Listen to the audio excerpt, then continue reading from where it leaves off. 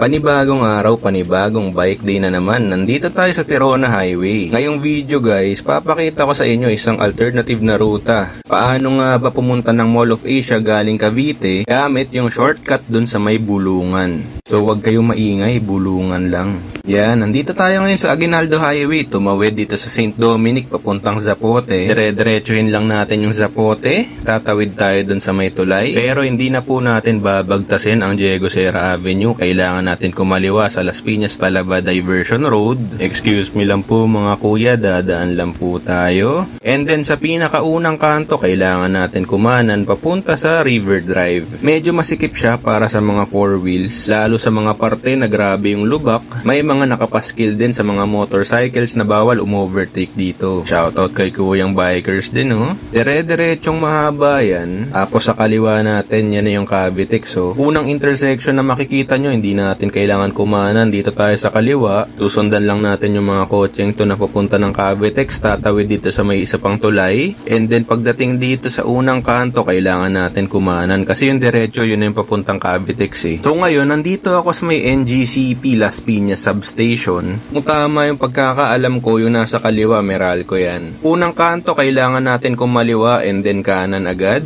Mula dito, isang mahabang dire-diretso na maraming humps. O habang nandito tayo, shoutout muna natin si Arnold Valdez, Janine Martires, Leo Juntoria, Andy Fernandez, Canlubang Spring Bikers, si A. Rivera, hello din kay Jonas Hidama, kay Goryo na Bike to Work, Ivan Lucas at kay Jose Magno. Sa part na to, sa kaliwa tayo dumaan, yung kanan kasi papuntang Madrigal Compound. Yung nasa kaliwa, yan yung Coastal Plaza Condominium. Dire-diretso lang po tayo. Sa part na to, medyo maraming talahiban. Grabe dito kapag gabi. Tapos tulad ng sinabi ko, medyo malubak yung daan na to. Maraming humps. Pinakadulo, kailangan natin kumanan. Pasok tayo ngayon sa tulay. Kakaliwa dito sa daang Radial. And then isang straight, pinakaunang traffic light, kailangan natin kumaliwa. Diretso kasi Quirino Avenue, yung kabihasnan. Dito tayo sa Service Road. Yan, kanan ulit tayo, papuntang Service Road. Yung diretso, yun yung para sa mga 4 wheels, Cavitex. Kitang-kita nyo naman po sa kanan, yan na yung Cavite Expressway. Sa kabilang part nyan, yun yung access road. Actually, kasya pa rin naman dito yung 4 wheels. May mga nadadaanan ako nakakasalubong na 4 wheels dyan, pero sobrang sikip. Unang intersection, kailangan natin kumanan and then kaliwa agad. Nasa kaliwa natin, yan yung Parañaque City Jail kanina. Kailangan natin ngayon pumasok sa tulay. Paglampas nyo dyan, nandyan yung Bulungan Seafood Market Parañaque. Yan o, yung nasa kaliwa. Then, kailangan po natin umakyat dito sa tulay. Gagawa natin ng separate vlog yung Bulungan. Grabing hassle dyan kapag alas 3 o alas 4 ng umaga. Ultimo bike, hindi na makakasingit. Mula sa pinagbabaan natin sa tulay, isang mahabang dire-diretso yun. And then, kakanan lang tayo dito sa part na to. Well, wala rin naman kayong choice kundi kumanan dun. And then, tatawid tayo. Papunta na yan ng Diosdado Macapagal Boulevard. Ito. So, nandito na sa kanan, yung PITX or yung tinatawag na Parañaque Integrated Terminal Exchange. Then straight pa rin tayo dito. Hindi ko kasi alam kung pwede na yung bike papunta doon sa may Okada. Yung pakanan yan yung papuntang Cavitex, yung sa kaliwa yun yung papuntang Okada. So doon diretso ko pa rin tong Diosdado Macapagal Boulevard. Tuwid lang tayo dito sa diretso. Sa kaliwa yung Ayala Malls Manila Bay. Tapos yun, pagdating nyo sa may Double Dragon, kailangan nyo lang kumaliwa. Yun na yung Mall of Asia. Sana nakatulong. Ride safe po tayong lahat.